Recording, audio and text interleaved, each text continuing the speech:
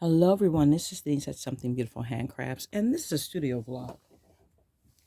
The whole purpose of studio vlogs is to give an update on the channel that covers pretty much everything that I'm doing across my different playlists.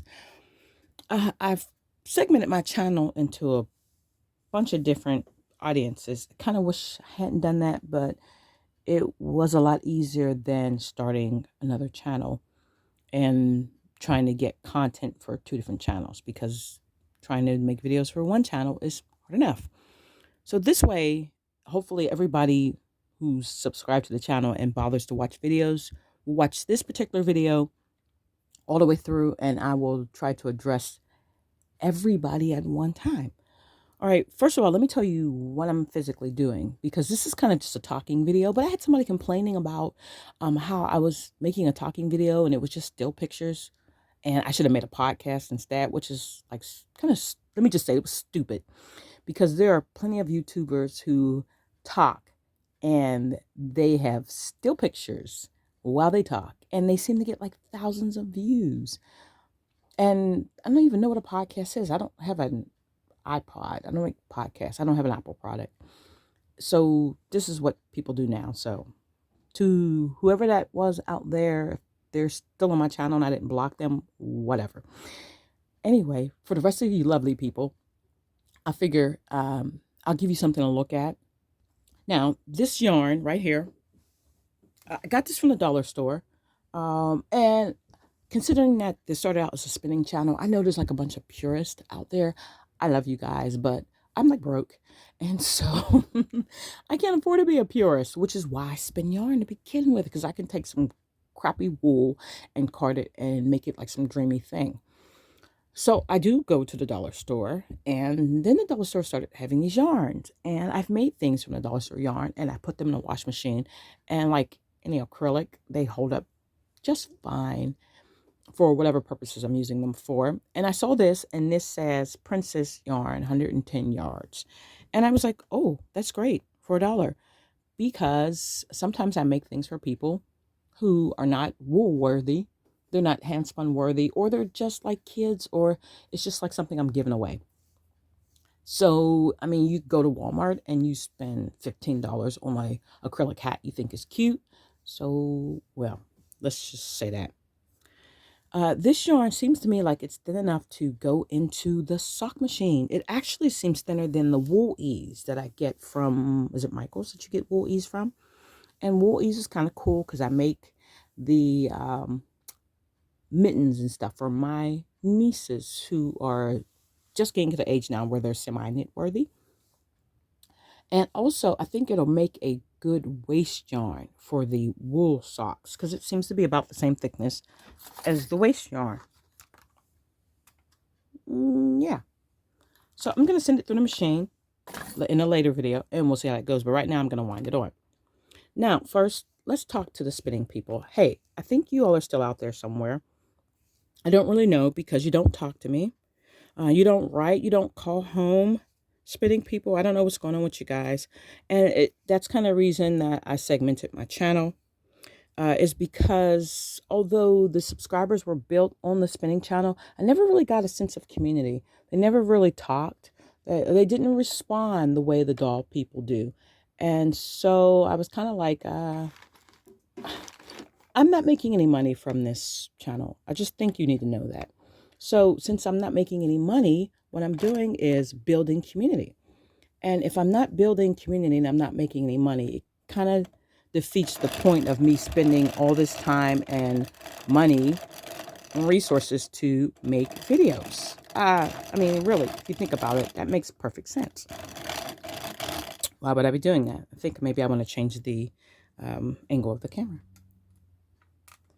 So I don't make as many spinning videos. I also don't make as many spinning videos because I am teaching spinning classes at Praxis. So since this channel doesn't make any money, it kind of doesn't make any sense for me to give away spinning information for free that other people are paying for. Yeah, you got to think about that. It has to make sense. Like I said, it takes a lot of time and money to make these videos. So all this really needs to make sense. I'm going to go ahead and make another camera adjustment, so just hang tight. And for the third reason is because I don't spend as much anymore. And the main reason is because I don't need anything. After 10 or so odd years of spinning, I just don't need anything. And I'm a project spinner, so once I'm out of projects, I don't have any reason. I think the moths are eating my wool right now. Sad to say, but that's pretty much how that's going. So, without any participation from the spinning community, it's kind of not a lot of reasons for me to do a lot of heavy spinning. So I moved along to some other areas where I could do some other things with those resources.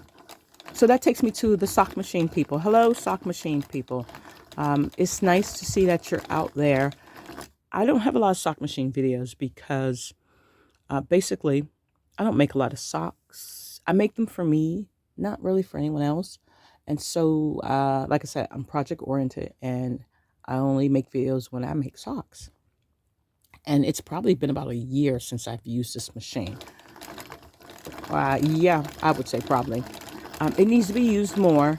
And I have been meaning to make some mittens. So I'm not neglecting you all for any particular reason. It's just that I don't use the machine as much as I do the other crafts. But I just put it together. And I had the video talking where I had put it together, but I didn't like it. So this is like the second time I'm making this video. That's what happens around here. I will have the video up where I'm feeding this through, and I will do my best to get the video with me making something else. October was a total wash. I was sick. Family members were sick. So I just completely messed up Socktober. So I'll figure out something. Sock people, if you're out there and you want something particular and I know how to do it, I'll make the video for it. And you know what? If I don't know how to do it, maybe I'll make the video while you watch me mess around until I figure it out. Sometimes those videos are pretty funny. All right, that's sock people. That's my fiber people. I may or may not make a few more breed study videos. We'll see how that goes. Did I mention that already? I hurt my hand playing piano. So I've got like a little tendon thing going on here. So I do need to rest this hand before I do any more fiber arts type things. It's funny though, it hurts to do certain things. It doesn't really hurt to knit. Different muscles, different places on the hands. All right, now, doll people. You know what? Doll people have been wonderful. And I have found that the doll community just has been a lot more responsive. The fiber arts community, they've just been kind of snobby. And I just have not been satisfied with that. And there have been some things that have happened in the past couple of years where people have spoken out on their different channels. And I just have not spoken out because I'm just like, whatever. I could just walk away. And I feel like the doll community has been a lot more engaging, a lot more sincere, a lot more friendly than the fiber arts. And I'm just saying the spinning, the knitting, the weaving. The sock people are like incredible. The sock people, the doll people are just like incredible and engaging and unbelievably helpful. And part of the reason why I started this channel is because the fiber arts people were not particularly helpful to beginners. So once I had enough of my own information to share, I really wanted to share it so that beginners could break into what seems like a niche that nobody wants to share. Of course, unless you're paying, a couple $100 for their course, then they want to share with you. So I'm sorry, this is like turning out to a really cranky video, but it is. See, that's why I stick to tutorials and I don't have like vlog videos while where I talk while I do stuff, because I just stick to tutorials because I'm very heavily opinionated. At any rate, sorry, doll people. I finished most of the dresses, and you're going to see this video before you see the dress video, and I'm really sorry about that because the dress video I actually recorded it at the end of September, and it's hard. Like I said, these processes take so long, and I'm doing so much in between them. And I mean, you can only sew for so long before you get tendonitis. And then by the time I assemble these videos, like a long time has passed. Some videos are easier to make than others. Tutorials are really hard. It's easier for me to talk about Girl of the Year videos and to put up pictures than it is for me to make full tutorials. They take a long time. And I'm a perfectionist, so I'll take videos over and over and over again. And when you do tutorials, you can't do that because I've made the item. And when you make the item, it's not like you can just go back and reshoot it. You have to make the item again. So I don't know. I hope people appreciate the tutorials. But I'm done with the historical dresses. I feel like there's somebody I'm missing. But for the most part, I'm done. And I'm on to making the 13 dresses for the Truly Me. Oh, I can't even see this knot. I might just cut this baby out and start again from there. Anyway, I have that video with me talking about my plan. Then I need to make another video where I've actually show you the dresses. And then after that, you're not going to see any more of the doll clothing videos until I actually dress the dolls. Unless for some reason I want to talk about something specific, like I have a whole totally separate video for Rebecca because every doll of every era has gotten their own video. So she deserves her own video. For everybody who's after Rebecca that I haven't done, which is Ivy and Julie, and I know I'm missing somebody else. Oh, Nanea does not have a video. So pretty much everybody who is after Molly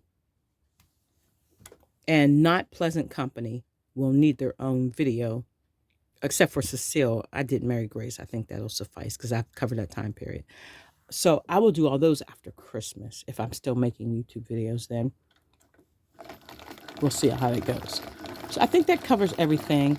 About the YouTube videos, I really, really, really appreciate when people give me suggestions about videos. I do my best to try to fill those in.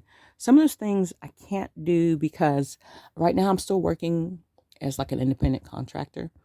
So, because this channel does not make any money, which I've probably said about 6 times, but it explains a lot of what's happening in the channel.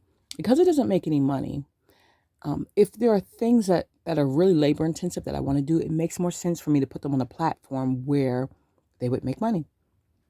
So if I'm making a really in-depth tutorial, it makes more sense for me to put it on Teachable and ask, just a couple dollars for the tutorial than for me to put it on YouTube for free. I hope you can understand that. For instance, I really want to do a tutorial for Eddie's Heartwarmer. I'm going to make a few of the Eddie's Heartwarmer, and I'm going to put up a listing on my Etsy. And I think I'm going to do them pre-order only because they're not really that easy to make, and that's a lot of handwork.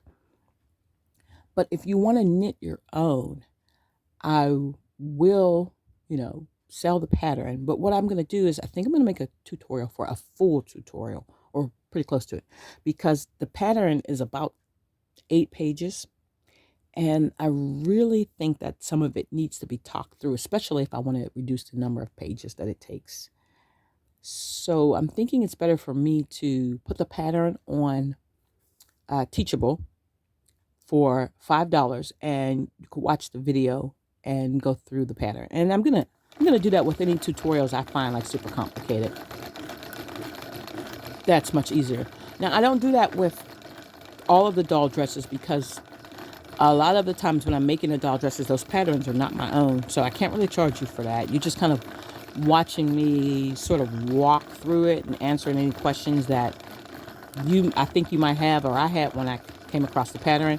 But for my own stuff, I think that's just going to be it. And it seems fair to me for all the extra work that goes into those clothing patterns.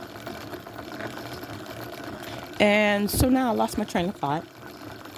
And I'm going to go ahead and end this studio vlog and upload the video for the doll dresses and start working on the video for this yarn for the sock machine.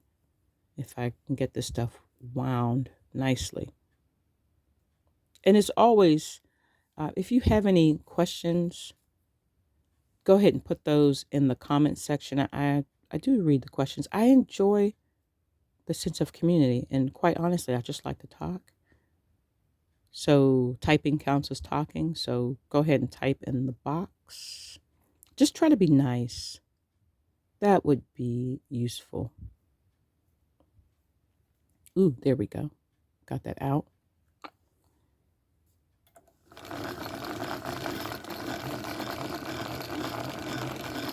This is going to be a really giant cake of yarn. All right. Anyway, talk to you later. Oh, and do me a favor. That whole like subscribe spiel really gets on my nerves. I kind of feel like I'm begging. But if you haven't subscribed, go ahead and do that.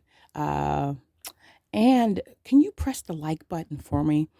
I've recently discovered, and I never really thought about it, that the like button is YouTube's way to signal that the video was okay and that they would suggest it to others. So it's not just on views. It's really that like button that kind of moves things along. And before I used to just watch people's videos, I figured it was the watch time. I enjoyed their videos and I just kind of moved on. I have like a playlist that just plays. Now I take the time to actually click that like button because I understand YouTube's metrics more as a creator. And that way, that person can get more subscribers because YouTube will put that channel out. And if this person is a creative who is trying to live by their work, then having YouTube suggest your videos increases your views, increases the chance that you'll get monetized, and it increases the chance that person will be able to make some kind of I don't know if I want to say making a living because that's kind of hard, but they'll at least be able to get something back for the time that they spent creating on YouTube. So click the like button and have a great day.